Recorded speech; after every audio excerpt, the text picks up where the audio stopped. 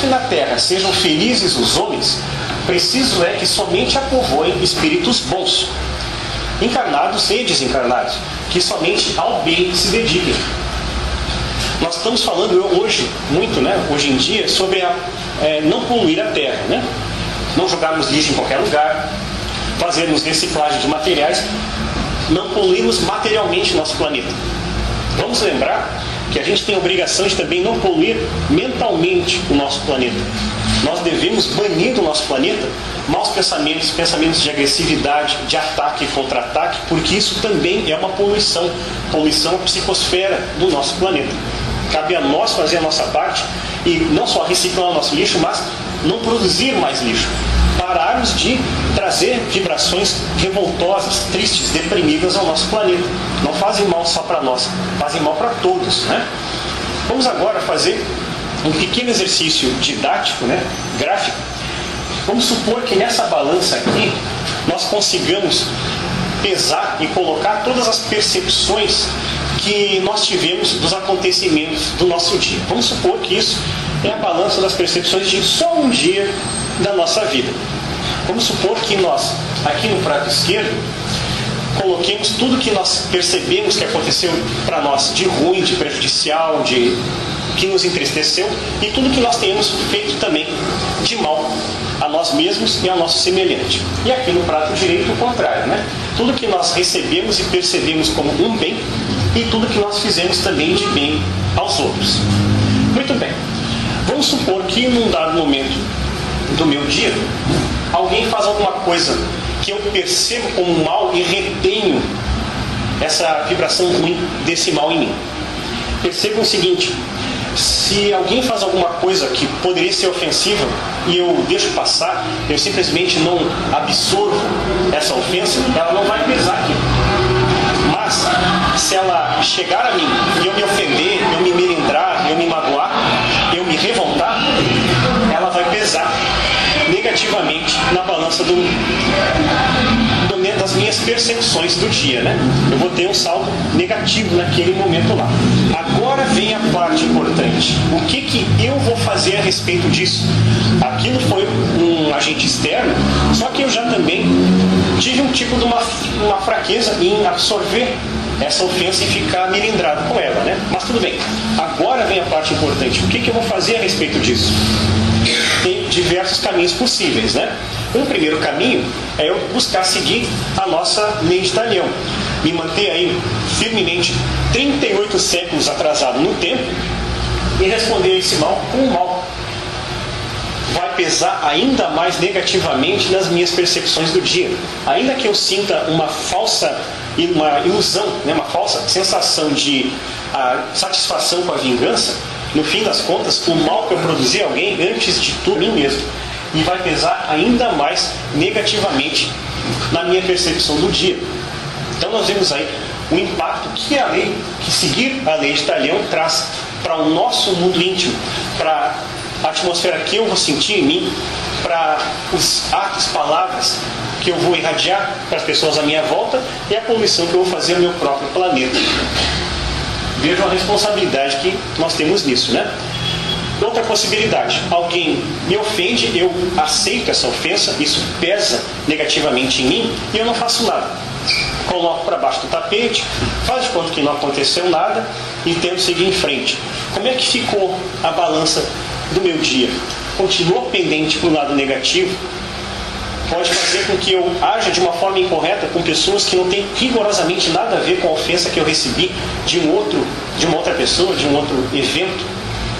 Vou ficar numa situação pesada para mim, deprimida para mim, vou irradiar esse mal à minha volta e vou colaborar com a poluição do meu próprio planeta. Aí nós entendemos alguns ensinos que a codificação espírita nos traz. Por exemplo, no Livro dos Espíritos, já preguei por L.E., na questão 642, nós lemos que a raça humana, a humanidade, cumpre fazer o bem no limite das suas forças, porque nós vamos responder por todo o mal que tenha resultado de nós não termos feito o bem. Quer dizer, mesmo sendo, não foi culpa minha essa ofensa aqui.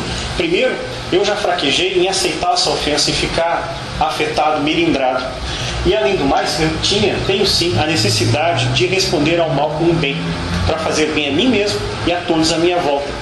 Lemos também no Livro dos Espíritos, na questão 657, que não fazer o bem já é o mal. Então, nós temos sim a necessidade de respondermos ao mal com um bem, começando daí a somar positivamente as percepções do nosso dia e começar a nos melhorar.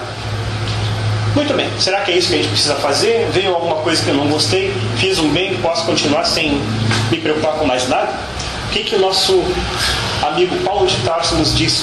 Na sua carta aos Hebreus, no capítulo 6, ele diz: mas de vós, ó amados, esperamos coisas melhores e coisas que acompanham a salvação.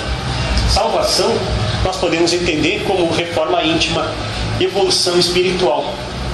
Quando nós entendemos que quando algo mal nos acontece, nós devemos responder com o bem, junto com isso tem que vir a lição de que nós devemos continuamente fazer o bem, continuamente melhorarmos o ambiente à nossa volta, do nosso semelhante e, por decorrência, o nosso próprio bem.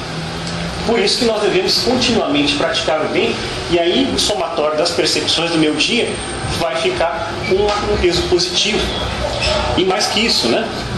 Eu posso, inclusive, com essa lição de seguir praticando o bem, trazer uma lição, um ensino para quem tenha causado esse mal, de uma resposta diferente, de não vir a um mal, uma resposta com outro mal.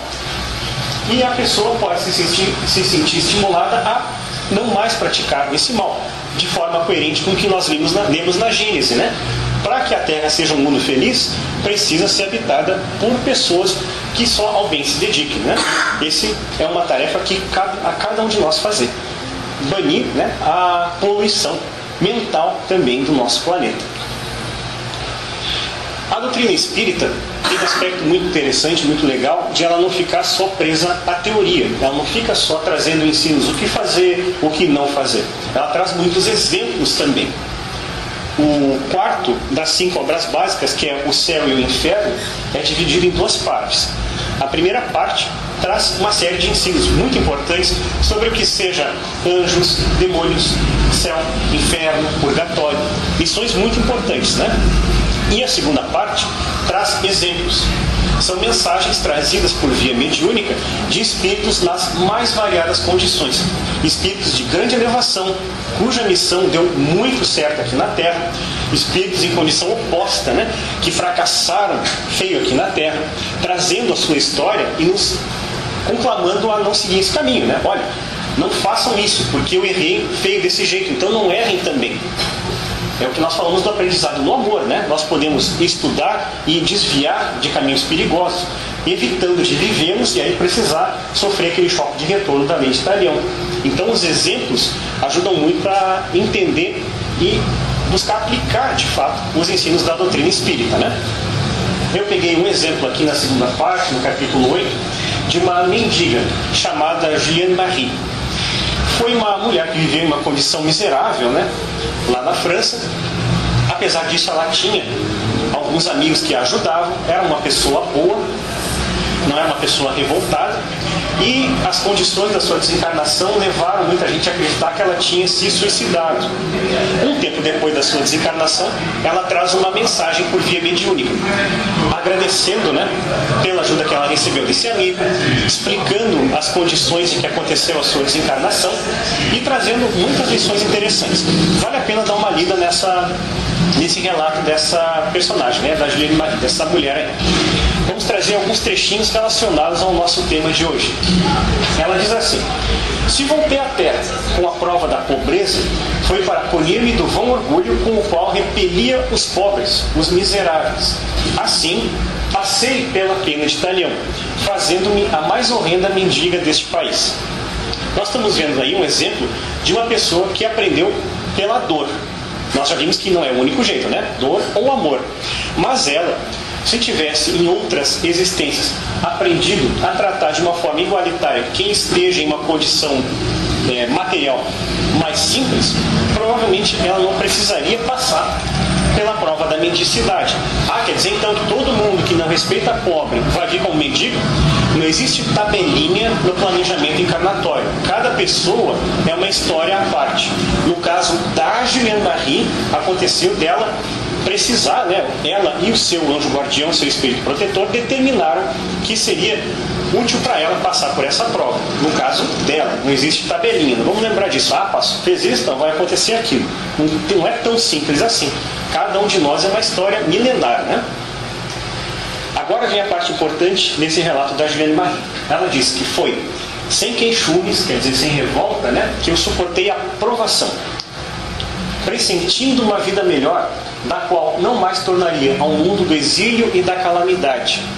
Quer dizer, ela passou ela chama de uma prova, né, da mendicidade, que nós podemos chamar também de uma expiação. Vamos falar um pouquinho sobre isso mais à frente. Passou pela prova da mendicidade, mas não passou se revoltando, maldizendo a Deus e a todos. Ela já, de uma certa forma, se entendia como parte da criação divina, que teve uma história milenar antes dela e vai ter uma outra série de aprendizados por milhões de anos à frente, porque ela pressentia uma vida melhor. Então, é um exercício de fé e de resignação, né? E daí ela entendeu que, passando por isso sem revolta, ela encontraria um futuro mais feliz à sua frente. Quer dizer, ela enfrentou a prova sem revolta. Isso é, de fato, a resignação. E resignação não tem nada a ver com apatia. Apatia é, eu estar vivendo uma condição que não me agrada, ficar tirado num canto, maldizendo a tudo e a todos, reclamando da vida, sem fazer nada de bom, nem para mim, nem para os outros. Isso é uma grande perda de tempo, é desperdiçar o tempo da nossa encarnação. Em qualquer condição que nós estejamos, um mendigo pode fazer algo de bom para alguém? Meu Deus!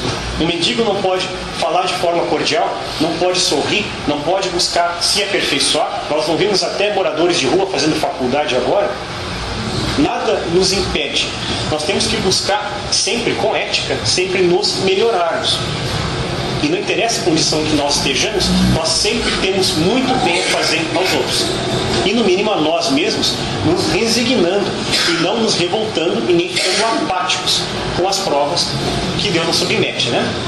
Pois bem, um relato como esse pode trazer uma dúvida, uma pergunta que seria a seguinte: quer dizer que toda a dificuldade pela qual nós passemos é a aplicação da lei de Talião? Nós já vimos que a lei de Talião é aplicada por Deus, por meio da nossa consciência, né? Quer dizer que tudo que é dificuldade que a gente passa é a aplicação da lei de Talião. Nós podemos chegar até situações mais radicais disso. Um exemplo, nós já vimos um relato de uma amiga que falou que teve a sua casa assaltada, né? Roubada. E alguém, um amigo dela, teve a genialidade de dizer para ela o seguinte: roubaram a tua casa porque em outra encarnação tu roubaste a casa de alguém. Gente, a gente não sabe nem a nossa história de vidas. Vamos ficar agora adivinhando a história dos outros. Não é para isso que serve a doutrina espírita. Ela serve para o nosso aperfeiçoamento moral, não para ficar apontando o erro dos outros. Ainda mais erro que a gente sequer tem ideia se aconteceu. Além do mais, nem tudo que nós sofremos é decorrente de erros passados, seja feitos nessa vida, seja feito em outros tempos. Junto com as oportunidades que de fato nós temos de reparar erros do passado, nós também temos novas lições, novos ensinos para aprender, que são determinados ou por nós ou pelo nosso espírito superior, nosso espírito protetor, nosso anjo da guarda. Como é que é isso, né? Tem a ver com a nossa maturidade espiritual. Que nem uma criança, um bebê, por exemplo. Os pais ou quem cuida de um bebê não ficam lá discutindo com ele: vamos tomar banho, né? Ele é conduzido para tomar banho, para se vestir, para dormir, para acordar, porque ele não tem ainda discernimento. Da mesma forma, nós, se tivermos ainda pouco discernimento em relação à maturidade espiritual, o nosso anjo guardião, o nosso espírito protetor, vai nos conduzir inicialmente em algumas provas. Quando nós evoluirmos, vamos poder daí escolher o que nós precisamos aprender, o que nós queremos aprender naquele momento. Depende então de cada um de nós. Mas a lição é essa: não tem só resgate do passado, tem aprendizado de novas lições também. Kardec comenta isso no Evangelho segundo o Espiritismo, no capítulo 5, itens 8 a 9. Vamos pegar os trechos. Ele diz: as tribulações, portanto, são ao mesmo tempo expiações do passado, que recebe nelas o merecido castigo, e provas com relação ao futuro, que elas preparam.